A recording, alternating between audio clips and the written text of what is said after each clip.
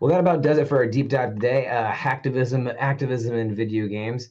And that takes us right into our top Zen, which has absolutely nothing to do with activism, and more has to do with how pissed off we were last week watching Jeff Bezos fly into space.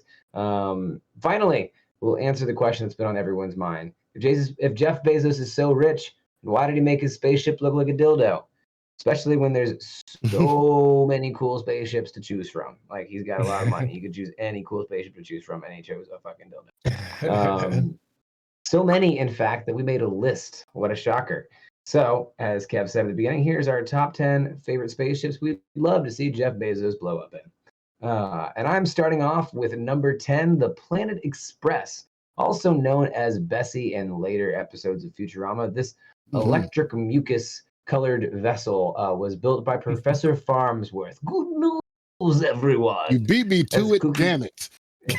As the kooky professor is, so goes the ship, complete with a lion cage, a morgue, a jungle room, a panic room, 3 separate emergency rooms, a soundproof shower, and a sauna. This bad boy is really the total package for Fry in the game.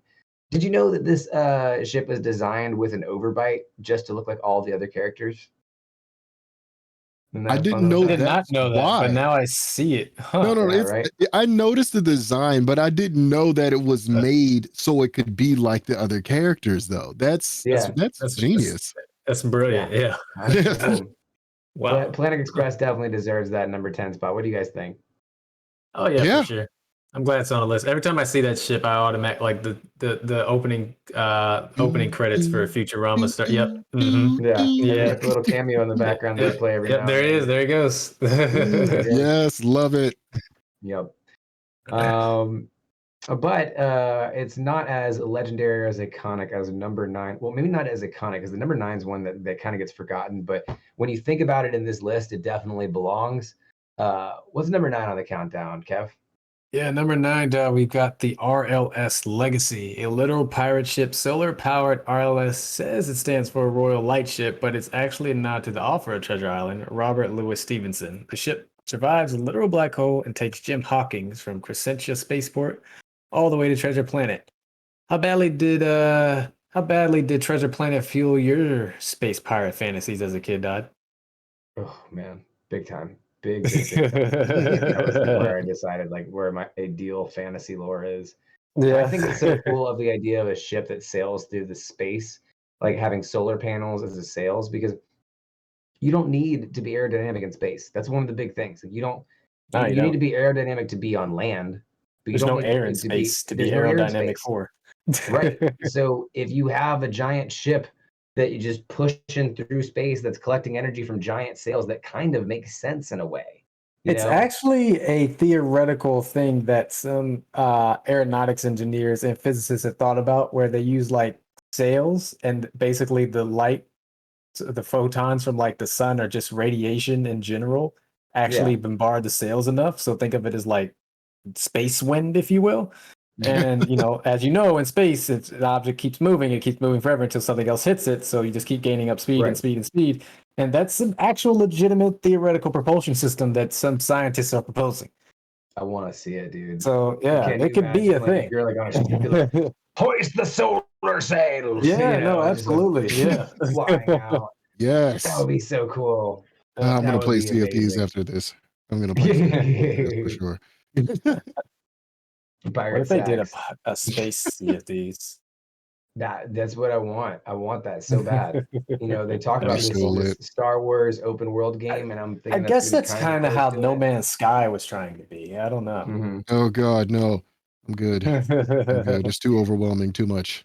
I want. If there was one though where I got to sail like a legit like space ship like that, oh my God! Just take my money. Take all my money. Fucking sold. Yeah. Number 8 on the countdown may not be a pirate ship, but it definitely has the name of a pirate ship. What's number 8 on the countdown, Sax? Number 8 on the countdown is the Heart of Gold, listed as the sleekest, most advanced, coolest spaceship in the galaxy. The spaceship could take any hitchhiker far across the galaxy.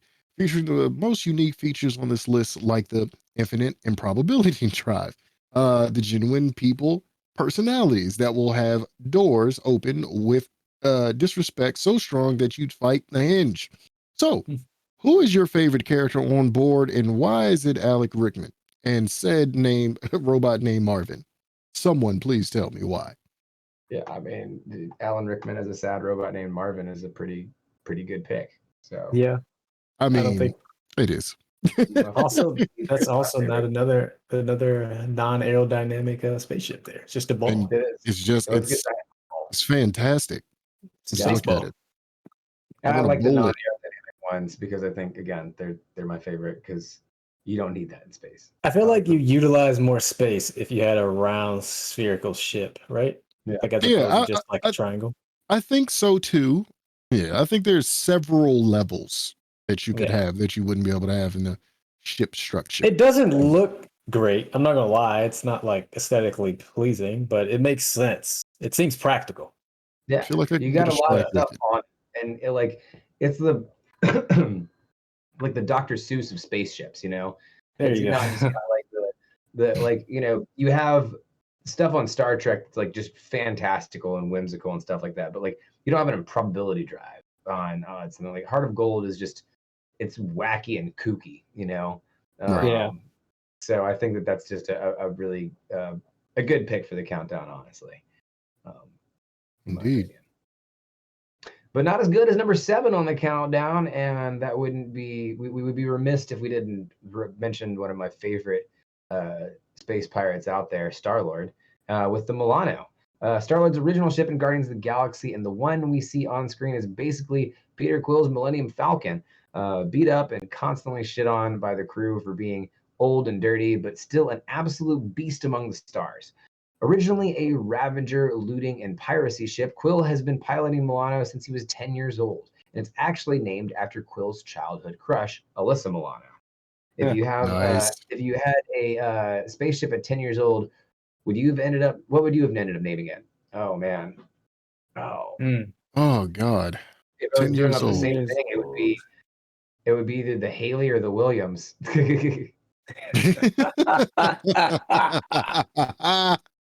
Oh, That's a man. good one. I don't know. Or 10 years old, man. or just the Paramore would probably be the better name for the ship. Paramore. Paramore, Yeah. Like great that name too. for a ship. Paramore. Big facts. Yeah. Yeah, Oh, man, I'm man. trying to think. 10 years old. Who was my crush? Damn. I can't call it, Chief. I don't know. Oh, Oh, man. who you got? You got somebody. Who do you got? What would your ship be named? Oh man. I'm thinking so hard. I I don't really know. The, oh the eh, Lopez for Jennifer Lopez? I don't know. Maybe. the The Lopez. Lopez? The That's a Lopez? classic ship name, I think. That to me is like if that's a ship that's gonna be like one of like Queen Amidala's ones where it's like the all chrome on the outside. That's the Lopez. Yeah. You know? Yeah. Oh, That's what I would think. I What you got? Zach, last one. I might have to say the Spider-Man. Simone, like for real. Like The Simone? Raven Simone. Like she Yeah, was for that would be a sure. good name for a Always ship too. The Simone. Yeah, Yeah, for sure. that's a good one. I like that name. I like that. I like that one. The All right. Spider-Man. So when I we get love it. when we get our ships in Starfield, when that comes out from Bethesda, we'll all have our names picked out. Yeah. The Simone. Nice. But our countdown will be remiss, especially if y'all are on this show, if we didn't mention number 6 in the countdown. So, Kev, take it So away. happy I got this one. Yeah. Yes, coming in at number 6, the SSV Normandy. Both of them, to be honest. Mass Effect's most iconic ship, the Normandy, has 2 builds, SR1 and SR2. The OG Normandy is an advanced prototype commissioned for stealth and Guardian General Area Defense Integration Anti-Spacecraft Network. A flex of an acronym, Normandy really finds her groove at the SR2. They perfected it. In Mass Effect 2, she's equipped with enhanced defense intelligence. Edie, gotta miss her.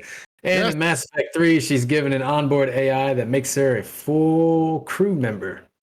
Loved it even more. Inspired by the Even Hawk at Star Wars Knights of the Old Republic, the BioWare staple is a fan favorite. Did you know the SSV never appears in game because upside down it would have said ass? Yeah. So you don't see it on the ship. I've Yeah. never That's how thought you- about that. That's how you know it's in distress when It's upside down. Down like, and just the ass flashes. You know what? I wonder if they did that. They had that done that on purpose, right? Yeah. Like you just were thinking, like, because I saw the other day where someone like that electric Hummer that's coming out, there's a thumbs up on the bottom of it, so if it rolls over, it's thumbs down. So like, That's someone hilarious. who designed SSV Normandy was like, yeah, if the ship is under siege and it's Condition upside down, it's condition ass. DEFCON ass. That's where we're at. DEFCON ass. Level ass. Honestly, that should be what it is. Well, can't take much more.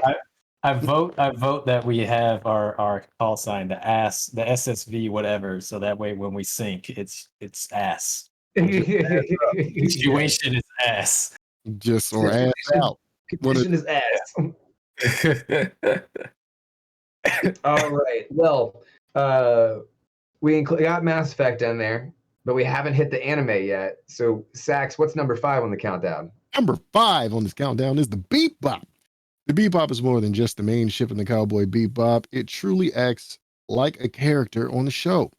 When the crew suffers, so does the ship, falling into despair with dark and moody scenes. But when they're happy, the ship is raring to go, housing 3 fighter jets to fend off an enemy.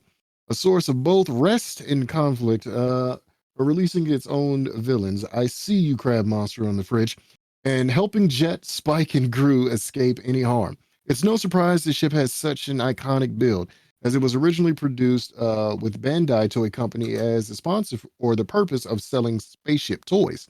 Unfortunately, the show's more adult nature had the toy branch running for the hills until their newly developed Bandai visual team stepped up funding. Tell me, do you think the cyberpunk space western would have been the same with the kids' market in mind? No. I don't think so. I think You know, that why? Bebop's. I think Cowboy Bebop's style and everything. And that's a series that I need to go through. I've seen a couple of episodes, but I'm a huge like sci-fi and space cowboy fucking fan, Yeah. and a huge Steve Bloom fan, and I haven't finished Cowboy Bebop, so that's kind of depressing. But Cowboy Bebop is phenomenal. yeah, I've heard nothing but good things. I mean, like even when I love the intro to it. That like even when you're starting to the bebop, I was like, I could hear like the bass line going in my head, like Soundtrack for already Cowboy. there. You So, know, it's it's fantastic. so good. It's such a good soundtrack. But yeah, it's known for its grittiness. It's known to where you see them smoking on the show and and just kind of having that rough grit to it. And I think that that was one of the shows that went over my head as a kid, and I think that it's better off for it. Personally, what do you think, Yeah. Jeff? Yeah, no, I agree. I think especially that genre, not even just that show for sure needed, room to breathe, right? To go where it needed, I guess, to really push whatever boundaries I think it had. So I think like in just that genre in general, like cyberpunk space westerns, I think they have to be a little bit gritty, right? Like because cyberpunk is usually in a dystopian, arena, so to speak. Usually gritty. It's very gritty. And you can't do that with a TV rating, what is it, Y7? That it's hard to pull that off. Nah. Yeah. That's why I was on Toonami. Unless you're in the 90s or 80s, then great Toonami all bets are off. Yes, sir. Yeah. Perfect. Roger Rabbit was PG.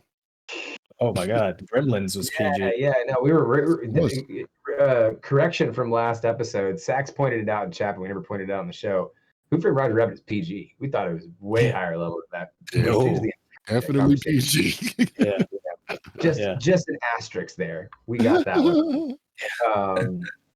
But moving right along to the countdown, if we're talking about spaceships and you're talking about sci-fi and you don't mention Star Trek, that's a capital sin. So number 4 in the countdown is the USS Enterprise. First appearing in Star Trek in 1966, the USS Enterprise is a true icon of spacefaring television. With the helm being home to many, Captain Picard and Captain Kirk serve as our most iconic. A fully decked out home, the Enterprise offers a unique solution for the campy episodes we love to see. The holodeck, where any crew member can travel to any odd place or time. Despite the Enterprise's countless appearances in TV, film, and comic iterations, the ship has only gone through 4 total redesigns, the first of which being in production when it was approved upside down. The first of which being in production when it was approved upside down, a decision that they decided to stick with. The most notorious ship in the Starfleet command. What is your favorite moments on board, guys? What are your favorite moments aboard the USS Enterprise? It's always it's always when Bones is like, "Damn it, Kirk! I'm not a physicist. I'm a doctor." You know, like that was always my favorite. But I think in because I actually recently just went back and watched the new Star Trek movies. The ones with Chris Pine and God, I'm forgetting all their names. Anyways, Yep. yeah, those people and James Abrams did it.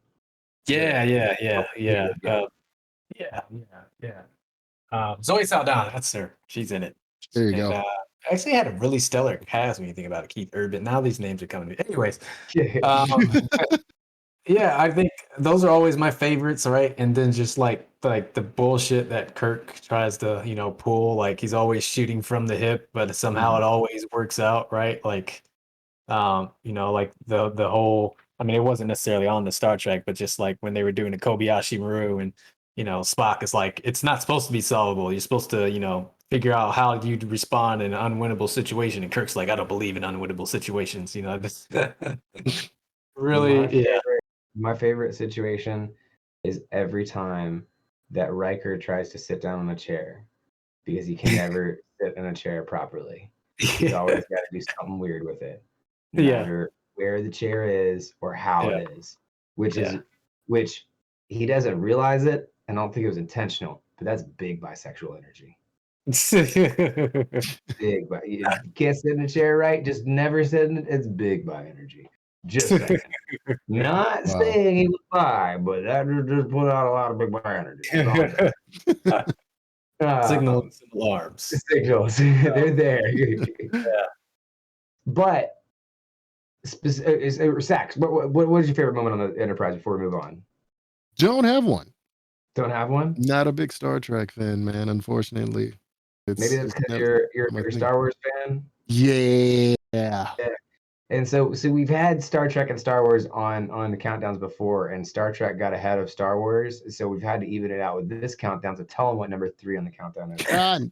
Number 3 on the countdown is the Death Star. Yes, a ship so massive it'll have you saying, "That's no moon."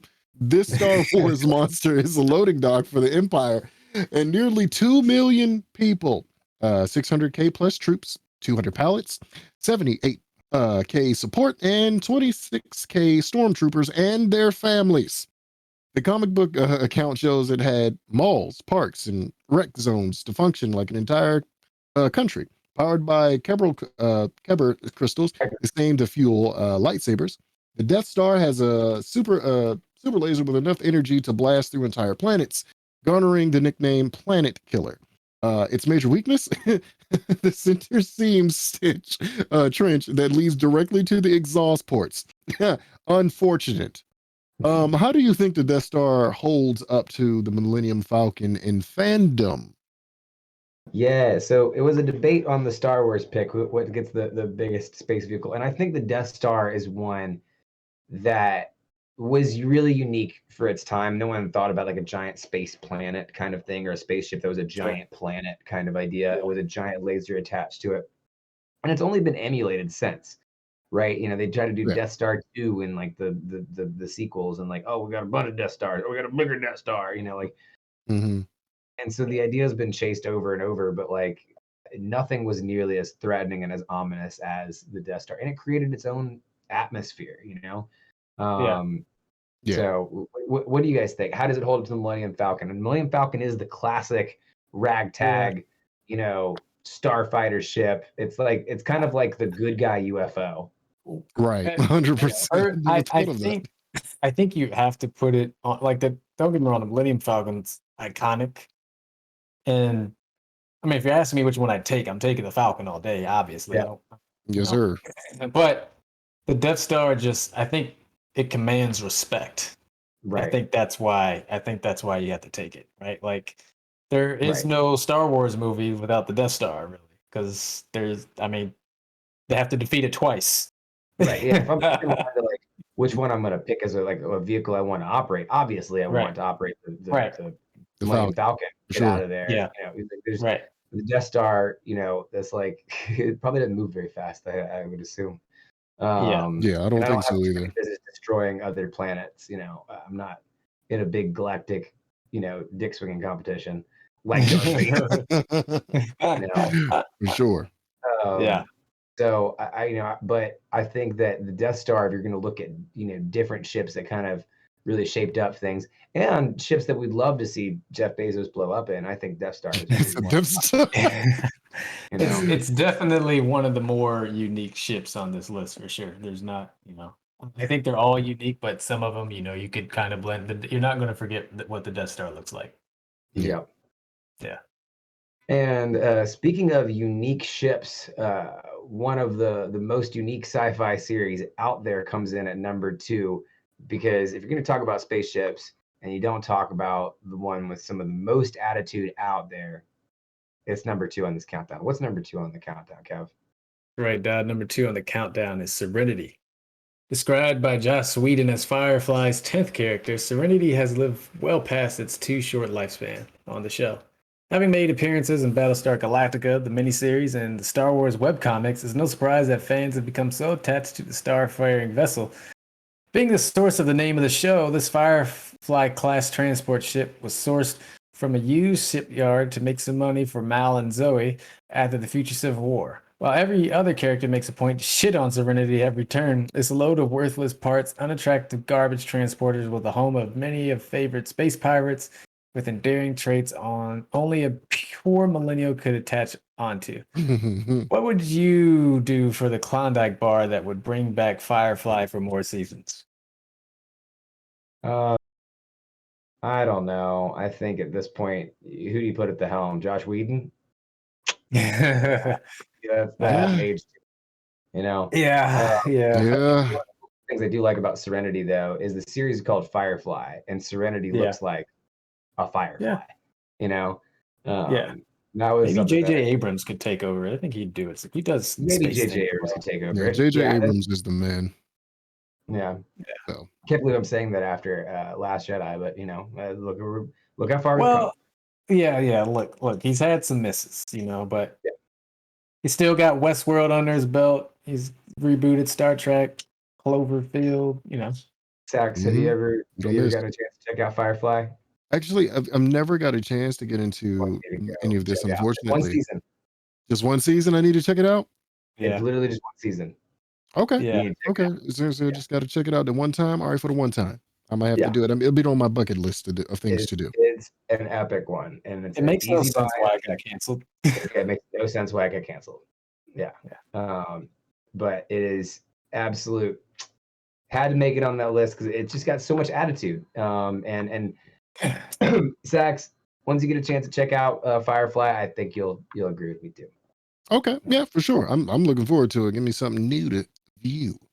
Oh yeah. Yeah. But I've got to take us home for number 1 on the countdown. Do it. The GOAT of all spaceships throughout time and space has to be the time and relative dimension in space. Of course, I'm speaking of the TARDIS. The TARDIS is Doctor Who's most recognizable character, carrying the Doctor and various companions around up, around, and wherever. The beauty has everything that you could need, from defense to offense to killer costumes. After all, it is bigger on the inside. While our TARDIS isn't the only TARDIS out there, this is the vessel for the time and relative dimension in space, and does share a unique bond with the Doctor, allowing us to see that she is in fact a sentient being. There was a couple episodes where the TARDIS actually becomes a sentient being and expresses, like what she thinks and how she feels and all that kind of stuff. And it's pretty crazy. When written back in 1963, the famous blue police box image was meant to blend in, but to keep up with licensing and not destroy the show continuity. The TARDIS is now broken, and the blue police box is now a permanent malfunction. So basically, what happened is in one episode, the TARDIS malfunctions and stays up as a police box, right? And I think they did it for like to save money on a couple episodes, something like that. But to keep continuity, they've kept up with it, and so it's become kind of a signature thing. My question to you is: TARDIS is a police box, but when will TARDIS finally say ACAP? You know, it's funny. I actually read that, and they're planning to remove the police box off of it. Oh, really? Yeah. Wow. Yeah. So it's something that's actually happening. So maybe I joked into a point. I think so. Yeah. There it is. Yeah. That was timely, sir. That was timely. Very Yeah. timely. Yeah. Yep. Says Doctor Who will no longer use a police box for the TARDIS. I know that you guys aren't big Doctor Who fans, but the TARDIS is such a cool spaceship because one, like it's an entire it's a pocket dimension, right? The whole idea of the ship exists within a pocket dimension, and the only reason, of course, is the police box is just because of a glitch that made it stay as a police box. But a normal TARDIS would blend in wherever it goes, similarly to not too different from the TVA when they come up and they have those things and they walk in and out. Gotcha. It would be pretty much like that, except they would be walking into their TARDIS and then back out into the universe. And that idea I've never seen played with as a spaceship. And so, really cool. and with it, the TARDIS is, its own personality, its own thought. It's like a living machine. It's evolved with the Doctor. When the Doctor regenerates, so does the TARDIS as well. Like there's a very kind of co-mingling, codependent relationship between the Doctor and the TARDIS that's pretty unique. And that to me is why it really is the GOAT of all spaceships. What do you guys think about the TARDIS? Yeah, I think it has to be here. I think my GOAT spaceship personally would be, bias aside, the Death Star. I would say the Normandy, but that's obviously a little ridiculous. But right. yeah, but I think I'm fine with it being number one. I think it damn sure deserves to be on this list, and think I for sure think it's in the top three out of all the things we've named. Yeah, and we've left off some good spaceships. Yeah, we've left off some good ships, and I will second that. Like any ship that you can just step into and you're in a whole different place altogether, like that's actually freaking cool. That's something that none of these other ships on this list can do. It's cool, and I'm right there with Kevin. Like the GOAT ship for me is the Normandy all day long, but it can't do that. You know what I mean? That would have made things so much easier. It would have made things so much easier if we could do that, but unfortunately not. But yeah, this seems really cool. Yeah. The TARDIS is hands down one of my favorite spaceships out there, and that's why it made number one on the countdown as one of our greatest. So some notable. We did leave off some here, so we do have some honorable mentions. Lobo's Space Hog almost made the countdown. The giant space motorcycle across space. One that I wanted to see. That's funny. Samus Aran's gunship, the Great Fox, the Wave Rider from Legends of Tomorrow. That's like a time traveling Millennium Falcon. Pretty cool. Yeah, basically. Any honorable mentions that y'all want to mention? The Ebon Hawk, and like we talked about that when we were talking about when we came up here and talked about the Normandy. From the KOTOR series, the Ebon Hawk was the shit, and then it moved on from KOTOR 1 to KOTOR 2 Sith Lord. So, like it was pretty iconic, for sure. Yeah. But the Millennium Falcon exists, so most people are going to lean towards the Millennium Falcon. So that's fair. No, I feel you. Well, that will do it for our show. Thank you guys so much for tuning in and hanging out with us today. Savage Patch Kid, Caper Doodle, Nips Play Games, Totally Awesome, and Fox Guy. You've got a number in there as your name, but we'll just call you Fox Guy from right now. 'Cause I don't know what number that is. But anyways, thank you guys so much for hanging out. If you liked anything you see or hear on the show tonight, be sure to share, comment, subscribe, tell one of your friends about the show. That's the best way that you can help us out, is by spreading the word. If you're watching us on YouTube, drop a comment, tell us what you thought, give us your opinion. We'd love to hear it. All that good stuff. Oh, and thank you very much, Littlest Nelly, for all your contributions to the list and helping with us today. And SAG Gaming, thank you for coming in, hanging out with us as well. We appreciate it.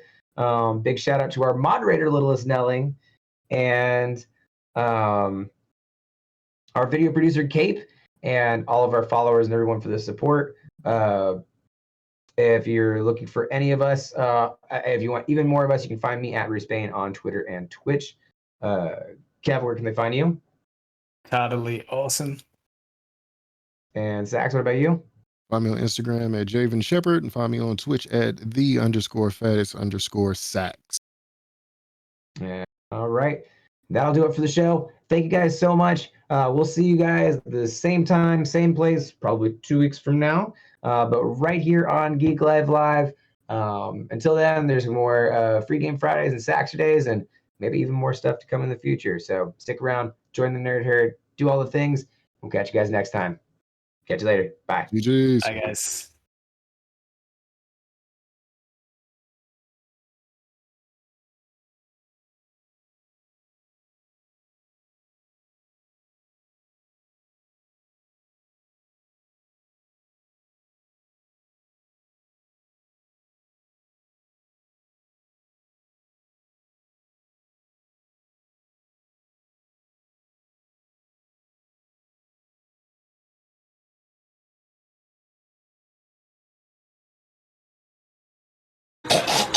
I know.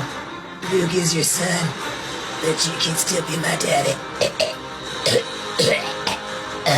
Oh, God. Alright, I'm gonna be honest. I'm not quite sure what to do here. This is getting weird, and you're not supposed to be enjoying this. I don't really, Don't feel like you hate me, but you love me low-key. Is right here fine? Yeah, alright. Cool. Hi, I'm Commander Shepard, and this is my favorite store on the Citadel. How was that? That was awesome. Good, perfect. Thanks for promoting my sex shop. Wait a minute. What kind of shop? Am I being cyberpunked right now?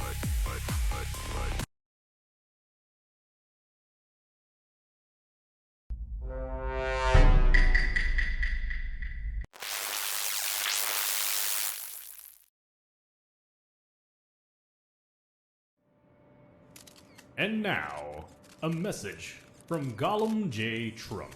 Why did you...